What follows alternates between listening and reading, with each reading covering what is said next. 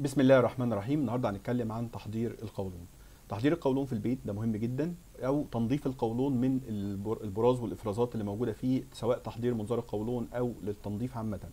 جدودنا زمان كانوا بياخدوا زيت خروع او ملح انجليزي مره كل 3 شهور يوم الجمعه بعد الصلاه، بينظف القولون من كل السموم اللي موجود. دي عاده صحيه واحنا بطلنا نعملها، بس دي من الحاجات المهمه جدا، ودي بتعالج حاجات كتير عند بعض الناس لو عندهم بالذات بكتيريا ضاره موجوده في القولون. تحضير منظار القولون مهم جدا. ليه تحضير منظار القولون مهم؟ لان احنا مهم قوي ان احنا لما نيجي نعمل منظار قولون نعمله صح. مش كل مره، مش كل يوم انا بعمل منظار قولون. منظار القولون بيتعمل مره، فلازم بالتالي الكواليتي بتاعته تبقى عاليه على قد ما نقدر، وده مهم جدا عشان الكفاءه بتاعه المنظار تبقى عاليه. طيب، الجمعيه الامريكيه قالت ان الناس اللي هم بيتحضروا منظار قولون لازم يبقى فيه عوامل كواليتي معينه. عوامل الكواليتي دي منها ان المنظار والمريض يبقى متحضر كويس واخد تقييم من 9. التقييم دوت بيتعمل بالطريقه الاتيه: بنقسم القولون زي ما احنا شايفين كده لثلاث مناطق. المناطق اللي على الشمال، ومناطق اللي في النص، ومناطق اللي على اليمين.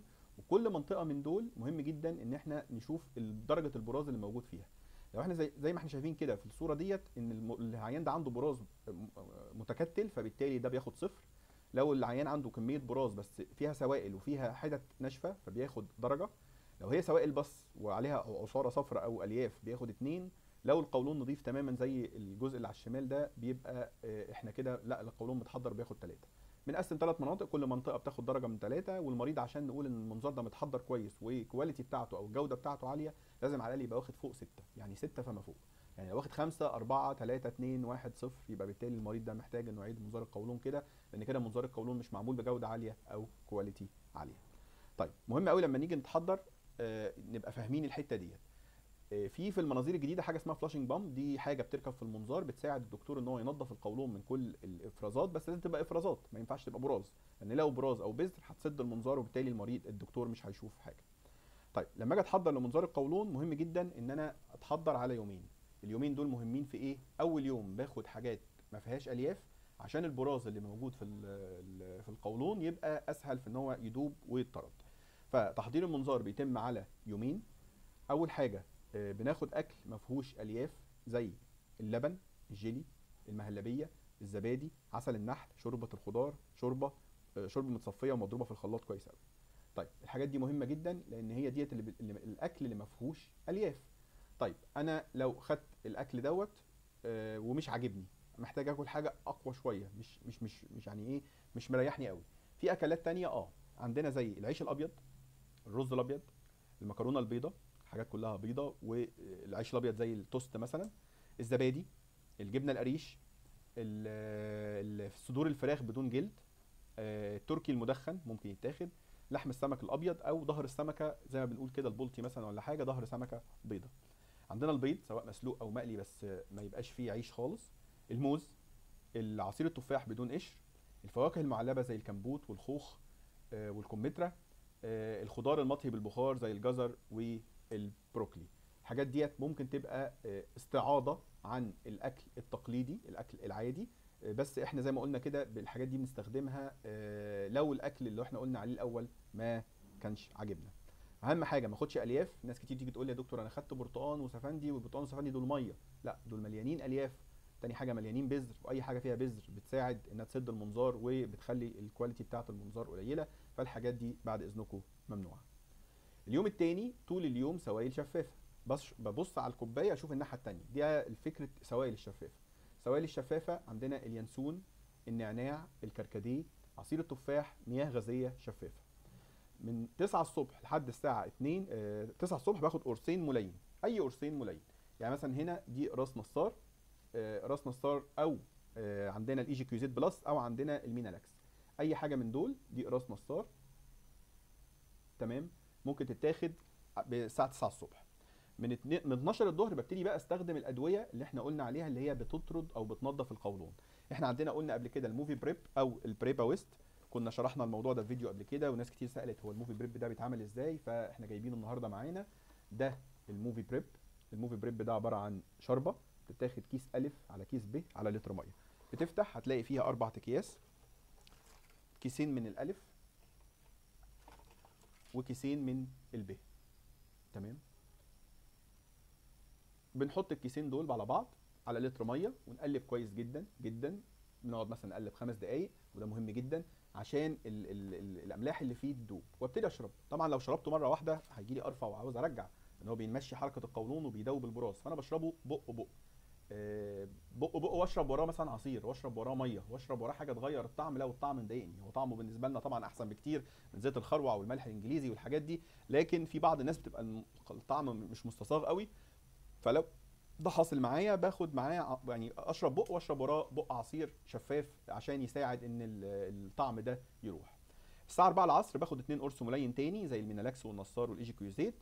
احنا خدنا الشربه دي من 12 الظهر ل 6 بالليل على مدار 6 ساعات.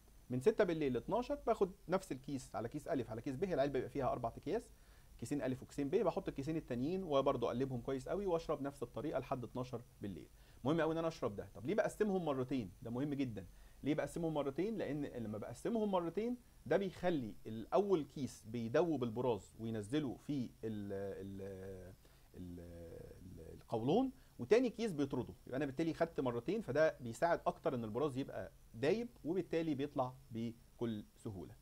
طيب بعد كده بالليل باخد اقراص لطرد الغازات. اي اقراص عندنا الديسفلاتيل، الفلاتيديل او البلينوكريست، دي اقراص بتطرد الغازات. دي مهمه جدا جدا جدا. ليه؟ لان دي بتضيع البابلز. ايه البابلز دي؟ زي ما احنا شايفين في الصوره ان في غازات موجوده في القولون مترسبه على الجدار زي ما احنا شايفين كده في الصوره اللي على الشمال. فالغازات دي بتخلي الرؤيه مش مظبوطه. احنا بنغسلها بالميه، بس لو القولون كله كده بيخلي حتت كتير تمس، على عكس الصوره اللي على اليمين لا، ده العيان متحضر كويس، مفيش غازات، انا شايف تفاصيل والشعيرات الدمويه بتاعه القولون بمنتهى الاريحيه ومنتهى السهوله. فمهم جدا ان احنا ناخد الحاجات دي. طب لو انا منظري بعد الظهر، يبقى باخد اكياس تانية بتساعدني على الاخراج. والناس اللي برضو عندهم براز وعندهم الاخراج بيبقى فيه مشكله، بناخد ابيماج. الابيماج ده عباره عن 12 كيس على لتر ميه وساعات 14 بنحطهم. الابيماج دوت هو ده الابيماج، تمام. بنحط 12 كيس على او 14 كيس على لتر ميه، وابتدي اشربه اللي اقدر طبعا اشربه على قد ما اقدر. من 9 ل 10 الصبح برضو قراص لطرد الغازات مهم جدا زي ديسفلاتيل او فلاتيديل زي ما قلنا او بلينوكريست، دي اسمائهم. المفروض ان انا اصوم قبل المنظار 8 ساعات، واقل مده مقبوله للصيام بس بالنسبه للسوائل 4 ساعات، بس طبعا كل ما اصوم 8 يبقى افضل ان احنا بناخد تخدير، فمش عاوزين نشرق في الشرب اللي احنا شربناه. طيب بالنسبه للحقنه الشرجيه، مهمه جدا ان انا اتعامل حقنه شرجيه. بتتعمل امتى الحقنه الشرجيه؟ بتتعمل 8 بالليل، 12 بالليل، 8 الصبح، وقبل المنظار على طول. طيب الحقنه الشرجيه بنجيب حقن شرجيه جاهزه من الصيدليه زي الانيماكس، تمام. برضو هنوريها لكم. دي حقن اسمها انيماكس.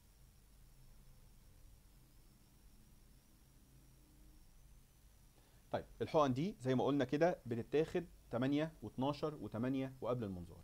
المريض بينام على جنبه الشمال، بيحط المبسم في فتحه الشرج زي ما احنا شايفين كده. المريضه نايمه على جنبها الشمال وبتحط المبسم في فتحه الشرج وتضغط على محتويات العبوه لافراغها تماما في المستقيم. بعد ما بحطها بنام على جنب اليمين شويه، على جنب الشمال شويه، على ظهري. المهم ان انا اقلب نفسي. التقليبه دي بتخلي الحقنه الشرجيه تنظف جزء من القولون، اخر 30 سم منه، وبالتالي بعد 5 دقائق اخش اعمل حمام. طيب لو عندي التهابات في فتحه الشرج او بحس بالم في فتحه الشرج، بادهن كريم مسكن قبل الحقنه الشرجيه ب5 دقائق. كريمات زي ايه؟ زي الاملا، زي اللايدوكاين، زي الفاين ديرم. كل دي كريمات بتستخدم عشان تعمل سوسنج او تخلي الاحساس في عضله الشرج قليل. طيب الاجراء ده بيتكرر لحد ما ينزل حاجه شفافه تماما. دي صوره للاجراء ده. المبسم بيجي بنفس الطريقه كده. بعمل جل او الصوره رقم 2 على فتحه الشرج، بنام على جنب الشمال بالوضع ده، وده الوضع اللي احنا بنعمل فيه المنظار، وبحقن الحقنه الشرجيه، وبعد كده بتقلب زي ما قلنا على اليمين على الشمال على الظهر.